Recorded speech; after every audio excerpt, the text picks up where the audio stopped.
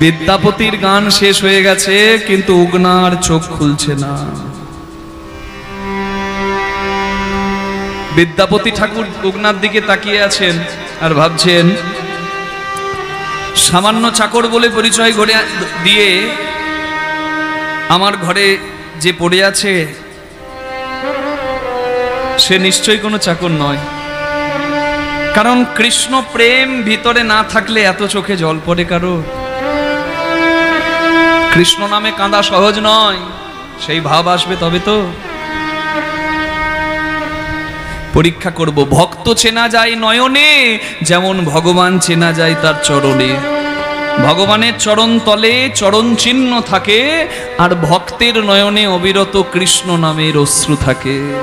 যার মুখে দেখিবে কৃষ্ণ নাম অবিরাম, জানিবে সেই জন বৈষ্ণব প্রধান।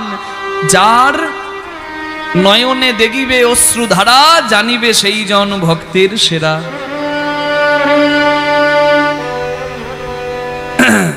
বিদ্যাপতি ডাকছেন উগনাকে, উগনা, এই উগনা, উগনা,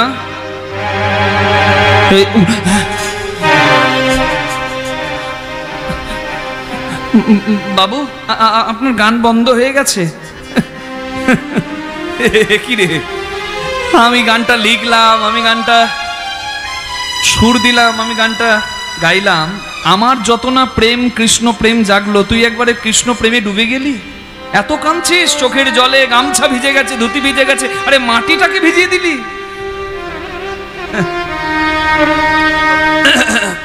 এই দেখ, গান গাইতে গাইতে আমার গলাটা শুকিয়ে গেছে, যা আমাকে একটু জল খাওয়াতো, একটু জল নিয়ে আয়।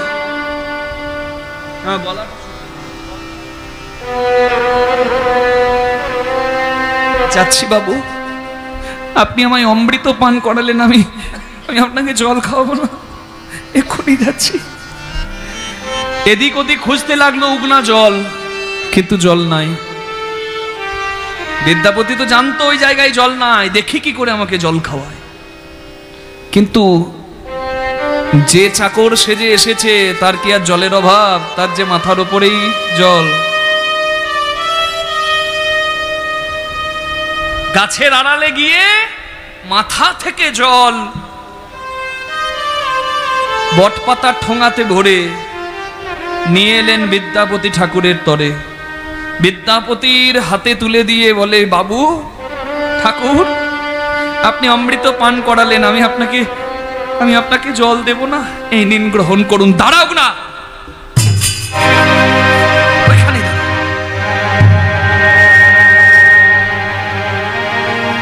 আমি তোকে পরীক্ষা করার জন্য জল আনতে পাঠালাম, তুই ধরা পড়ে গেলি, তুই আমাকে ফাঁকি দিবি রে?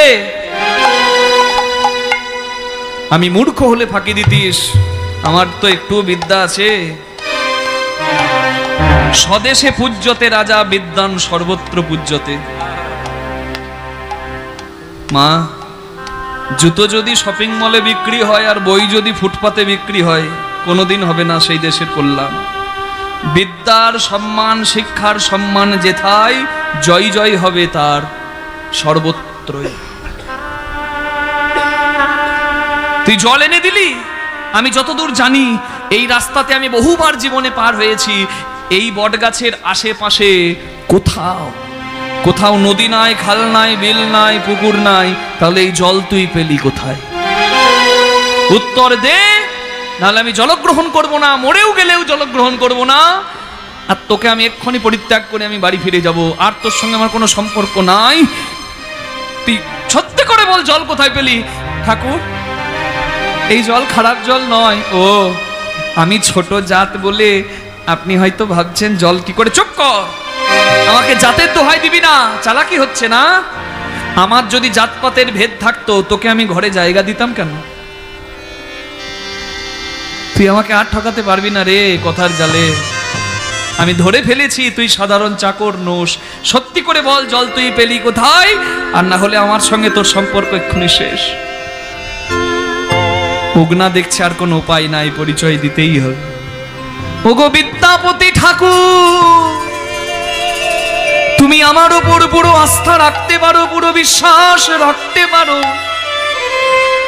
এই জল তো আমি যেখান থেকে সেখান থেকে আনিনি, এই জলে আমি আমার মাথা হতে এনেছি, আমার মাথা হতে এনেছি, আমার মাথা হতে এনেছি, আমার মাথা হতে এনেছি, এ যে শুদ্ধ গঙ্গা জল, আমার মাথা হতে এনেছি, এ যে শুদ্ধ গঙ্গা জল, তুমি নির্দ্বিধায় পান করো, এ যে গঙ্গা জল তুমি নির্বিধায় পান করো, এ যে শুদ্ধ গঙ্গা জল তুমি নির্বিধায় পান করো, এ যে শুদ্ধ গঙ্গা জল আমার মাথা হতে এনেছি। বিদ্যাপতি উগনার কথা শুনে থরথর করে কাঁপছে, জল খাবে কি কাঁপছে। উগনা, উগনা তবে তুই কে? তোর মাথা থেকে তুই জল এনে আমায় দিলি। মাথাতে জল কোনো সাধারণ মানুষের থাকে না, মাথাতে জল থাকে যজ্ঞেশ্বর, তত্ত্ব সম্রাট, আদি যোগী, বৈষ্ণব শ্রেষ্ঠ আমার আরাধ্য দেবাদিদেব মহাদেবের। তবে তুই কে? আমার কাছে চাকর হয়ে এসেছিস। হাসতে হাসতে উগনা দেখালো আপন স্বরূপ, উগনার রূপ ছেড়ে ধরলো, তবে উগনা দেখাইল আপন স্বরূপ, আপন স্বরূপ, উগনা ধরিল তখন দেবাদিদেব মহাদেব রূপ, মহাদেবের রূপ, দেখি বিদ্যাপতি পড়িল চরণে, পড়িল চরণে, কি করিলাম, কি করিলাম, কাঁদে ঘনে ঘনে, কাঁদে ঘনে ঘনে, ওম নমঃ শিবায় শান্তায় কারন্ত্রহেতবে নিবেদয়ামি সাধমানং ত্বং গতি পরমেশ্বর, নিবেদয়ামি সাধমানং ত্বং গতি পরমেশ্বর, পরমেশ্বর। ওম নমঃ শিবায়, ওম নমঃ শিবায়, ওম নমঃ শিবায়। প্রভুमीश मनीषमशेष गुणं गुणहीन महेश गणावर्णं रणनीर्जित दुर्जय दैत्यपुरं प्रणमामि शिवं शिवो कल्पोत्तरम्। ओम नमः शिवाय, ओम नमः शिवाय। गिरिराज सुतनृत वाम तनु, गिरिराज सुतान्वित वाम तनु, तनु निंदित राजित कोटि विधु, विधि विष्णु शिरोधितो पाद जुगं प्रणमामि शिवं शिवो कल्पोत्तरु। ओम नमः शिवाय, ओम नमः शिवाय। এ তুমি কি করলে ঠাকুর, তুমি কি করলে? আমার বাবা, আমার দাদু, আমার বংশে যতজন জন্ম নিয়েছে সবাই তোমার চরণে বেলপাতা দিয়েছে, আর তুমি কি না আমার ঘরে চাকর হয়ে পড়ে রইলে? নিজের হাতে আমার এঁঠো বাসন পরিষ্কার করলে, আমার ঘর ঝাঁট দিলে ঝাঁটা ধরে, আমি বিশ্রাম করব বলে আমার বিছানার চাদর পরিষ্কার করে দিলে, যার চরণ পূজা করে এসেছে আমার বংশের সবাই, সে এসে আমার ঘরে চাকর হয়ে পড়ে রইল। হায় হায় হায়, কি করলাম? আমার নরকেও জায়গা হবে না, আমি কি করলাম? বিদ্যাপতি, আমার পরিচয় আমি বাধ্য হলাম তোকে দেখাতে, তবে আমার পরিচয় আর কাউকে বলবি না, প্রতিজ্ঞা কর। আমি এইভাবেই তোর ঘরে চাকর হয়ে থাকবো না। না, আমি অজ্ঞানে ভুল করেছি, আমি কেন তো ভুল করতে পারবো না? চুপ, কিসের ভুল? বাবা যদি ছেলের দুঃখ দেখে ছেলের একটু কাজ করে, বাবার কি সেই কাজে ছেলের পাপ হয়?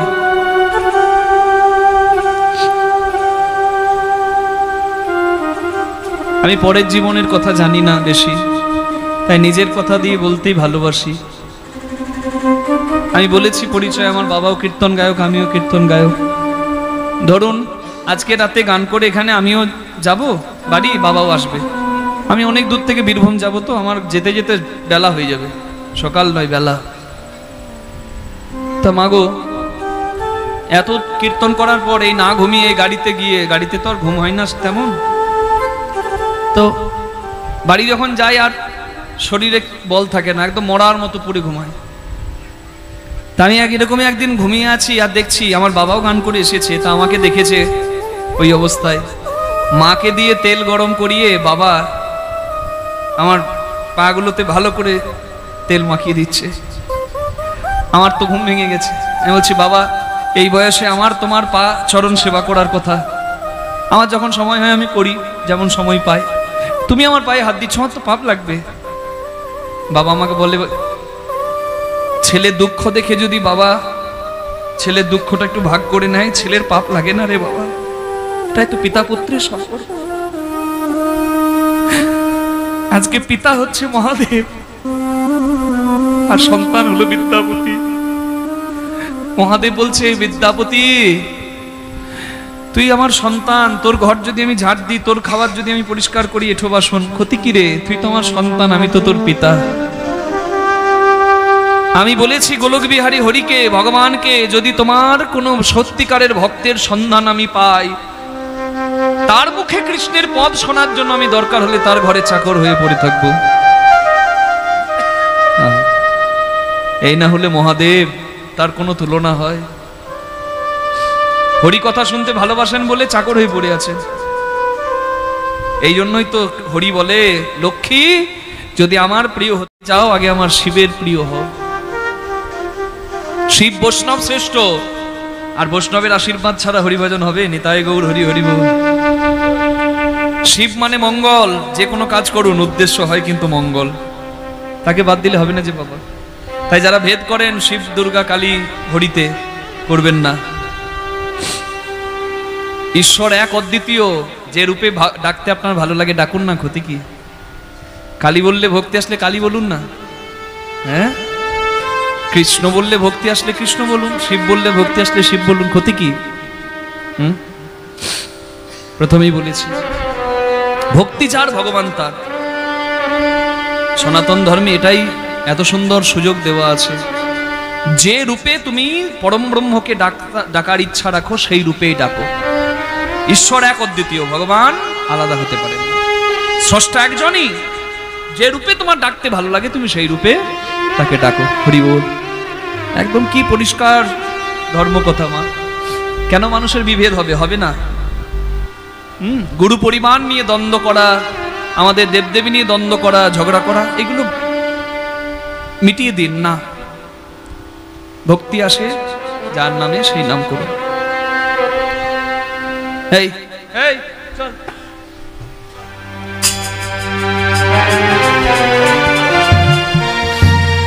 আবার সেই উগনা সেজে বিদ্যাপতির হাতটি ধরে এসেছে বিদ্যাপতির ঘরে। আর যেখানে বাঘের ভয় সেখানেই সকাল হয়। হ্যাঁ, সন্ধ্যা হবে না, সন্ধ্যা পেরিয়ে গেছে, সকালই হবে। ঠিকই বলেছেন, সন্ধ্যা হয়। যেখানে বাঘের ভয় সন্ধ্যা হয়। বিদ্যাপতি বুকটাকে পাথর করে কান্না চেপে ঘরের ভেতর ঢুকে চৌকিতে বসে পড়েছে, কিন্তু উগনা ওই গান শুনতে গিয়ে ব্যাস বাজার করা হয় নাই, খালি বাজারের থলি নিয়ে ঘরে আসছে। আর মহামায়া দেবী বলছে, লট সাহেবের নাতি থলি। মা মা বাবু গান ধরলো, বাবুর তো গরম লাগছিল, যেতে পারেনি, আমিও যেতে পারলাম না বাবুকে ছেড়ে। বাবু গান গাইছিল, বাবুর গান শুনতে গিয়ে আমার আর আজকে বাজার করা হলো না। ওরে বাবারি, বাবু তো বড় কবি, উনি গান গাইবেন আর আপনিও বাবুগিরি শুরু করে দেবেন, তাহলে আমি রাঁধবো কি? এক্ষুনি যাচ্ছি মা, এক্ষুনি যাচ্ছি। বিদ্যাপতি বলে, ওকে না তুই যাস না, ওকে পাঠিও না মহামায়া গো, আর অন্যায় করিও না। এই তুমি চুপ করো তো, জাগরের সঙ্গে অত প্রীতি কিসের? লাঠি একবারে বাঁদর বানিয়ে ছাড়লে ছেলেটাকে। এই তুই যাবি না, একবারে লাঠি ধরবো তোকে। না মা এক্ষুনি যাচ্ছি। উগনাকে যেতে দেখে বিদ্যাপতি কাঁদছে, হায় হায় হায় হায় হায়।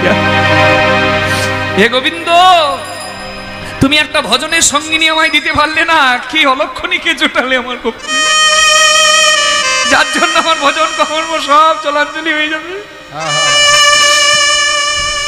কি পুছসি অনুভব মো, কি পুছসি অনুভব মো, সব কিন্তু বিদ্যাপতির পদ। সোই পীরিতি অনুমানী, মাখানিতে নীতি নীতি নতুন, একটু রিভাব অল্প। জনমাবধি হাম রূপ নিহারলু, তবু হিয়া জুড়ল না গেলা, তবু হিয়া জুড়ালো না গেলা। কতবিধ গদ জন রসয়নুমাগন, অনুভব কাহে না পেখো। রসিক না হলে কি রসের, ভক্তি রসের অনুভব থাকে বাবা? বেরসিকের সঙ্গ করলাম আমি, আমার রসপুষ্টি হলো না। ভনয়ে বিদ্যাপতি প্রাণ জুড়াইতে, লাখে না মিলল একো, লাখে না মিলল একো। আহা, লাখে না মিলল এক, যাকে দেখে প্রাণ জোড়াবে এমন রসিক আমি একটাও পেলাম না 1 লাখে। কত কথা বলছে, 1000 জনের দরকার হয় না। বলছে সৎসঙ্গ যদি কেউ একটা পায়, ভজনের সঙ্গী বা সঙ্গিনীটি যদি সঙ্গে থাকে না বাবা, ওই ভজন পথের সংসারটা আনন্দের হয়ে যায়। কি এই হরিভজনের পথটা বড় কঠিন, সহজ নয়, জ্বালা বেশি বাবা। হরিভজন বড় লেঠা, হরি সাধন বড় মিঠা। হরিভজন করবি যদি জল ধ্বংস নয়, জল ধরে পারলে ওঠা। আমি যে কথাগুলো বলছি এগুলো গুরু ঘরের কথা, শিক্ষা ঘরের কথা, এগুলোকে বলে তত্ত্ব কথা। ঝাঁটাছুটি ঘরের কোন দিকে রেখে ঘরের মঙ্গল হবে আমার জানা নাই, যে জন জানে সে বলবে। আসলে ওগুলো তত্ত্ব কথা নয়, ওগুলো যদি কোনো শাস্ত্রে থাকে, যেমন আমি বেলের জন্ম কিভাবে হলো আমি বললাম শিবপুরাণ থেকে, ওটা শাস্ত্রের কথা, ওটা হচ্ছে তথ্য। কিন্তু মন গড়া কথা, দাঁত কথা কোনোদিন তত্ত্ব নয়। তত্ত্ব কি? মেদিনীপুরের মানুষ তত্ত্ব শুনতে খুব ভালোবাসে। তত্ত্ব মানে কি? তত্ত্ব দুটি, একটা জেনে মানুষ গর্তে পড়ে মরে না, আর একটা হচ্ছে আধ্যাত্মিক তত্ত্ব। মন্দিরটা সুন্দর হলে গোবিন্দ ভজনের পথে যাবার যে তত্ত্ব, সেটা হচ্ছে আধ্যাত্মিক তত্ত্ব। তত্ত্ব কি? রাঁধুনি হইবি ব্যঞ্জন না দিবি, হাড়ি না ছুইবি তাই, পতঙ্গের জালে মাতঙ্গ বাঁধিবি, পিরিতি পাইবি তাই। এর অর্থ যদি বের করতে পারেন তাহলে তত্ত্ব জানা হলো। কি অর্থ? মনে রাখবেন, হরি ভজনের পথে গেলে সংযমী হতে হবে। কি? To succeed in every field you have to be patient. আপনি যে কোনো পথে সাফল্য পেতে যান, আপনাকে মানে সংযমী হতে হবে বাবা। বিরাট কোহলি তার দারুণ নাম, খেলোয়াড়দের মধ্যে সব থেকে বেশি ফলোয়ার্স ইনস্টাগ্রামে, তাকে সবাই অনুকরণ করে। সেই বিরাট কোহলি যদি বিশ্বকাপ ফাইনালের আগের রাত্রে, আগের দিন সংযম হারায়, সে পারবে বাবা ওই খেলা খেলতে? নিতাই গৌর হরি বল। ভালো করে বুঝুন আমি কি বলছি। এর থেকে ভেঙে আর বলা যায় না, তত্ত্ব কথা ভেঙে বলতে নাই, এগুলো গুরুর কাছ থেকে শিখতে হয়। কিন্তু আমি না বললে সবাই বুঝবে না, তাই আমাকে ভেঙে বলতে হচ্ছে একটু হলেও। লতা মঙ্গেশকরের কণ্ঠ, আহা, সোনার কণ্ঠ, কোকিল কণ্ঠ। কিন্তু লতা মঙ্গেশকরও যদি নিজের ধৈর্য সংযম হারায়, তাহলে ওই কণ্ঠে মানুষের প্রাণ পাবে না। সব সময় সংযমী হতে হবে। ওই জন্য আগে বলতো ব্রহ্মচর্য, গার্হস্থ, বানপ্রস্থ, সন্ন্যাস। গার্হস্থ মানে সংসার, তার আগে ব্রহ্মচর্য ধারণ। কিন্তু আজকালকার কীর্তন যারা ভাবে যে বয়স্ক মানুষ শুনবে, তারা আমার কথাগুলো শুনুক আর একটু বুঝুক যে আমি কি বলতে চাইছি। কেন বয়স্ক মানুষ শুনবে? সকাল থেকে তো যাত্রাটা করতে হবে বাবা, দেরি হয়ে গেলে যাত্রা করা হবে ঠিক জায়গায় যাওয়া। হরি বল। পিতৃধন, মাতৃধন নারী পুরুষের সব থেকে মূল্যবান ধন কি? বহু রক্তের ভিয়ানে এক বিন্দু ব্রহ্মবস্তুর উৎপাদন, সেটি ধ্বংসের ধন কি?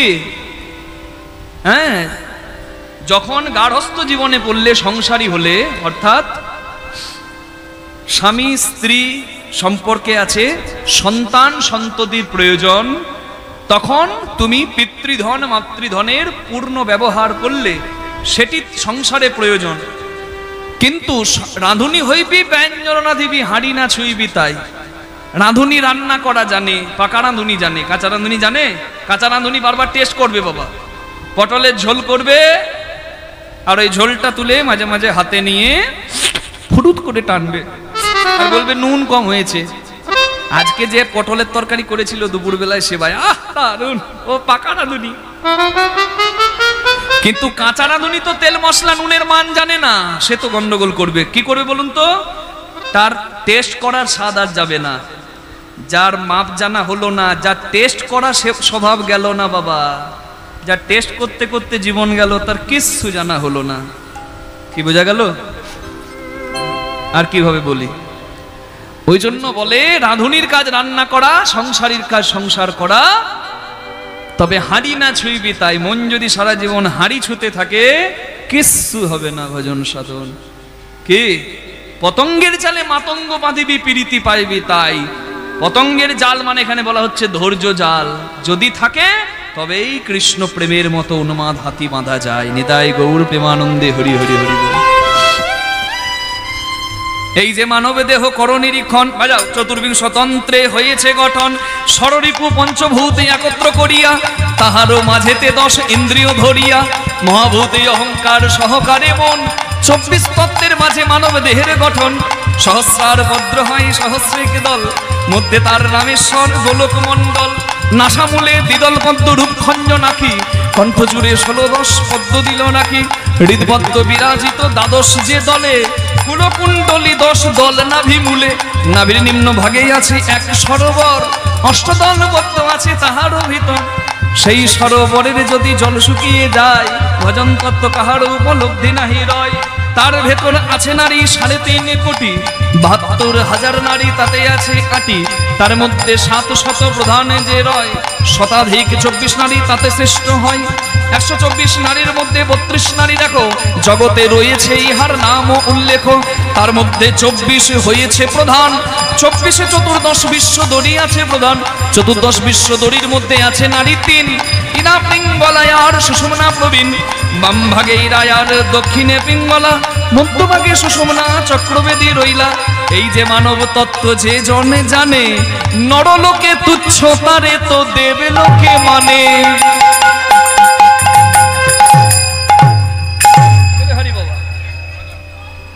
হরি বল। তার মানে রাধে রাধে। যে গানটা বিদ্যাপতি গাইছে যে আমি কেন রসিক পেলাম না, সে গানটার একটা বাংলা গান আছে। ওই লোকগীতির শ্রেষ্ঠ গোষ্ঠ গোপাল দাস গেয়েছে, শুনেছেন গানটা? এইটারই বাংলার মানে, বিদ্যাপতির পদটার বাংলা মানে। ওই গানটা গেয়ে দিলে বুঝে যাবে পদটার মানে। ওরে এমন মানুষ পেলাম না রে, আপনারা অনুমতি দিলে গাইবে, যে আমায় ব্যথা দিল না, হাই গো ব্যথা দিল না। আমি নয়ন জলে বুক ভাসালাম, নয়ন জলে বুক ভাসালাম, কেউ মুছে দিল না, হাই গো ব্যথা দিল না।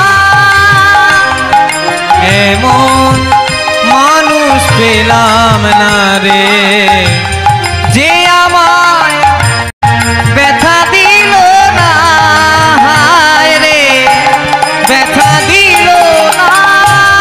ও গানের সুরে বনের পাখি উড়ে না আকাশে, কি জানি কি বহে বাতাস আমায় ভাসে। ও গানের সুরে বনের পাখি ওরে নায়া আকাশে, কি জানি কি বহে বাতাস আমায় ভাসে।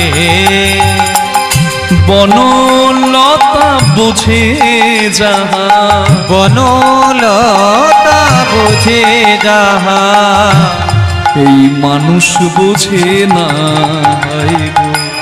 ব্যথা দিল আই গৌর হরি বল হরি বল।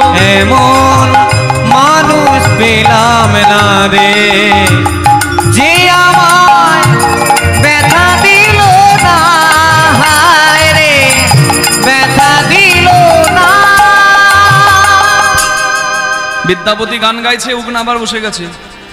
উগনা হাটে না গিয়ে আবার থলি ধরে বসে গেছে গান শুনতে। এবার মহামায়া বলে, তো বেড়ে বেটা চাকর, হ্যাঁ বাবুগিরি চাকর যাবে বাজারে না আবার গান শুনতে বসেছে। আজকে লাঠি দিয়ে মেরে ছালকে আমি না ছাড়িয়ে দিয়েছি। লাঠি যখন তুলেছে, লাঠি ধরে হাতটা ধরে নিয়েছে বিদ্যাপতি। মহামায়া তোমার এতবার, তুমি কার গায়ে হাত দিতে যাচ্ছ তুমি জানো না? ওর পিঠে যদি লাঠি পড়ে বিশ্ব ব্রহ্মাণ্ড তোলপাড় হয়ে যাবে। ও চাকর নয়, ও চাকর নয়, আমাদের আরাধ্য দেবতা দেবাদিদেব মহাদেব। হাত থেকে লাঠি পড়ে গেল।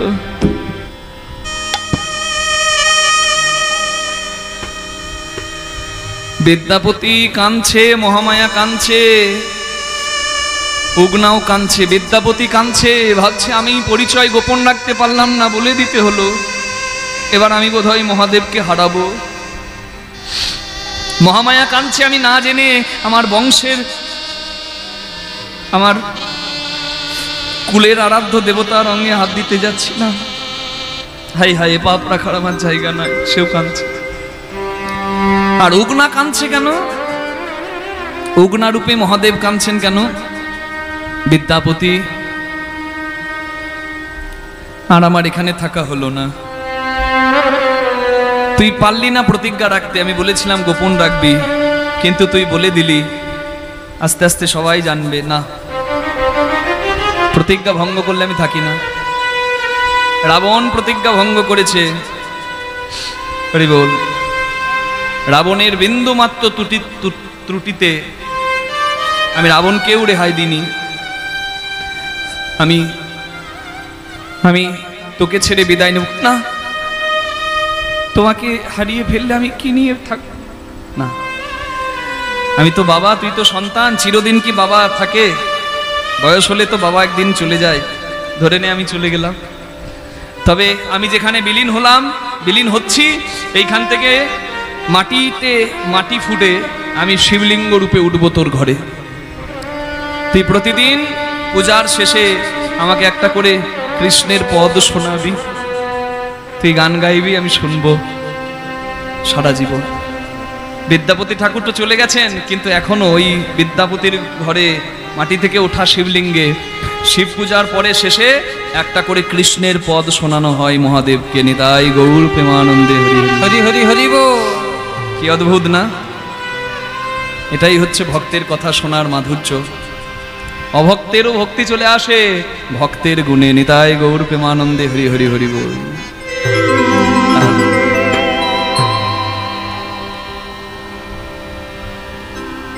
বলুন বিদ্যাপতি ঠাকুর কি জয়। মনে আছে কি না? আপনাদের মনে থাকবে না জানি তো। সব এইখানে ঢুকবে, এইখানে বেরোবে। আমি বলেছিলাম শিবকে বলে সবাই বাবা, শিবের বাবাকে বলেছি। চাঁদকে বলে সবাই মামা, চাঁদের মামাকে লাস্টে বলবো বলেছি। দেখুন ভুলে গেছিলেন, মনে করিয়ে দিলাম। হরি বল। চন্দ্রদেব অংশ অবতারে, মানে বরচস যে অংশ অবতার তার নাম, সেই চন্দ্রদেব অংশ অবতারে অভিমন্যু রূপে জন্ম নেয়।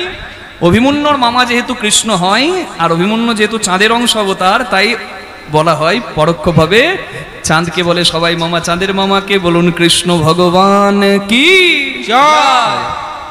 রাধে রাধে। মহিমায় গুরু কৃষ্ণ একে করি মানি, দুহাত তুলে সবাই বলুন গুরু কৃষ্ণ একে করি মানে, মহিমায় গুরু কৃষ্ণ একে করি মানি, মহিমায় গুরু কৃষ্ণ একে করি মানে, গুরু আজ্ঞারিদে সদা সত্য করে মানি, গুরু আজ্ঞারিদে সদা সত্য করি মানে, গুরু নিন্দুকের মন কবু না দেখিবা, গুরু নিন্দুকের মন কবু না দেখিবা, যথা হয় গুরু নিন্দা তথা না চাইবা, যথা হয় গুরু নিন্দা তথা না যাইবা, জীবের নিস্তার লাগি নন্দসুত হরি, জীবের নিস্তারে লাগি নন্দসুত হরি, ভগবানে প্রকাশ হন গুরু রূপ ধরি, ভুবনে প্রকাশ হন গুরু রূপ ধরি, গুরু রূপে ভগবান, গুরু রূপে ভগবান, শিষ্যের করে পরিত্রাণ গুরু রূপে ভগবান, শিষ্যের করে পরিত্রাণ গুরু রূপে ভগবান, সে করে পরিত্রাণে গুরু রূপে ভগবান, শিষ্যের করে পরিত্রাণ গুরু রূপে ভগবান, শিষ্যের করে পরিত্রাণ গুরু রূপে ভগবান, ভক্ত আর ভগবানের মিলন হইল, ভক্ত আরে ভগবানে মিলন হইল, এবার চাঁদবদনে সবাই মিলে হরি হরি বলো, বদনে সবে মিলে হরি হরি বলো, জয় রাধে রাধা গোবিন্দ জয়, জয় রাধে জয় রাধে জয় রাধে জয় রাধে জয় রাধে জয় রাধে জয় রাধে জয় রাধে শ্যাম। আচ্ছা প্রসাদ, সবার প্রসাদের ব্যবস্থা আছে এখানে, যেমন কৃষ্ণ কথার প্রসাদ পেলেন, এবার সবাই প্রসাদ পেয়ে নিজ গৃহে যাবেন, কেউ প্রসাদকে অবজ্ঞা করে যাবেন না, কারণ প্রসাদের মধ্যেও ভগবানের কৃপার মহিমা বিদ্যমান। নিতাই গৌর হরি হরি হরি বল। সবাই প্রসাদ পেয়ে নিজ গৃহে যাবেন। রাধে।